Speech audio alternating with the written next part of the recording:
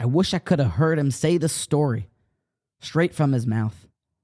Because they still say about the great Rabbi Shalom Schwadron that his fire, his inspiration, his passion, while being fully educated by the knowledge of the Torah, has yet to be replicated. It's not easy to receive the title to be referred to as the Maggid of Jerusalem, but that was how Rabbi Shalom Mordechai Hakohen Schwadron was known. The Maggid. And one of the classic teachings, one of the speeches,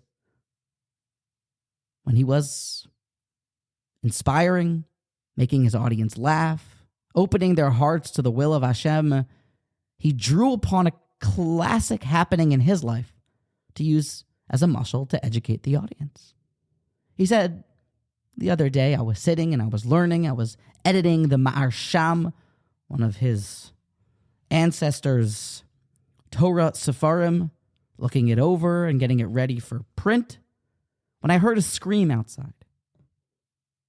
I ran outside to see that one of our neighbor's children, Rahman al-Islan, had fallen over off of his scooter. He had a little bit of a bruise above his eye, so I picked him up, running up the hill to go and drop him off, show him to the doctor to see if he would need some additional help. And on my way up, I was huffing and puffing, sprinting as I could, moving as fast as I can to get this boy help. There was a Alta Bubby at the top of the hill. And in her calm way, she spoke out to us, to me, Reb Shalom, Rebbe, you don't need to run. Hashem's in control. It's going to work out. There's nothing to be afraid of. But I continued running to get this boy help. And the Bubby, she said, have bitachon, it's okay. Calming us down, attempting to.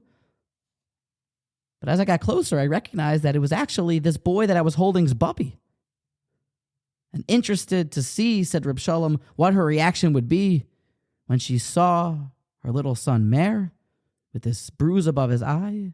And as I got closer and closer, and eventually the Bubby, while attempting to calm me down and give me some peace and bitachon and to trust in Hashem, she saw that it was her little Mer who had this cut, and she screamed out, Oy, Merke!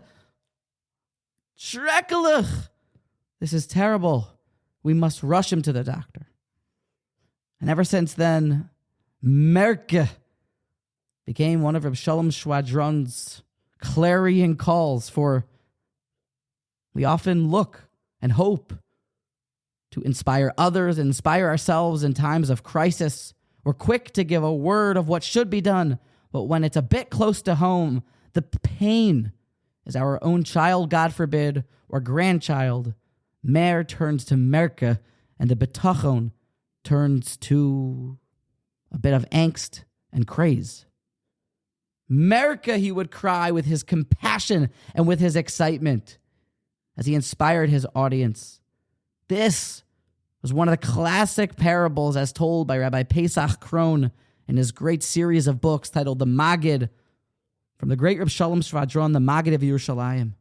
Let us remember Merke in times of crisis, that it's always from Hashem, and that even if it is close to home, it's still Hashem. And we can take a deep breath, hoping and trusting the boss that everything is going to happen according to his will.